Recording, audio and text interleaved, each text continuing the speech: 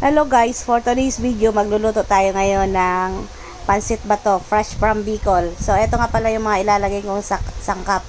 Baboy, pechay, dahon sibuyas. So igisa-gisa muna natin yung baboy hanggang sa mag-golden brown siya. At pagkatapos lagay na natin ng sibuyas, bawang. So lagyan din natin siya ng toyo at saka tubig. Pakuluin natin siya at pag kumulo na lalagay na natin yung pansit bato. So ayan guys, pag natikman nyo to, napakasarap nito. Ito yung specialty ng Bicol. Lagyan na rin natin siya ng gulay, yung pechay. Napakamahal ng pechay ngayon, 3 peraso 20 pesos, pero okay lang yun basta may gulay. Lagyan din natin siya ng toppings, prinito kong siomay, extra flavor. So, naglagay din ako dyan ng dahon sibuyas, pampasarap lalo.